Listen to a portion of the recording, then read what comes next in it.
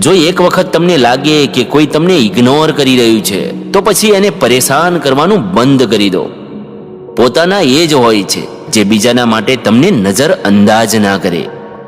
અરે કદર કરવી છે તો જીવતા જીવ કરો. અર્થી ઉઠાવતી વખતે તો નફરત કરવા વાળા પણ રોઈ પડે છે.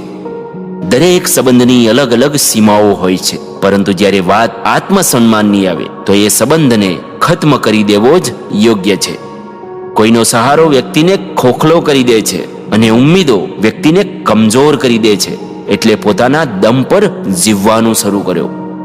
નરમ દિલના લોકો જલ્દી રડી પડે છે, જલ્દી નારાજ થઈ જાય છે અને જલ્દી માની પણ જાય છે. માન્યું છે કે આવા લોકો ભગવાનને બહુ જ પસંદ હોય છે. શબ્દનો પણ એક સ્વાદ હોય છે. બોલતા પહેલા ચાખી લેવો જોઈએ. જો પોતાને સારો નથી લાગતો તો બીજાને કેવી રીતે સારો લાગશે?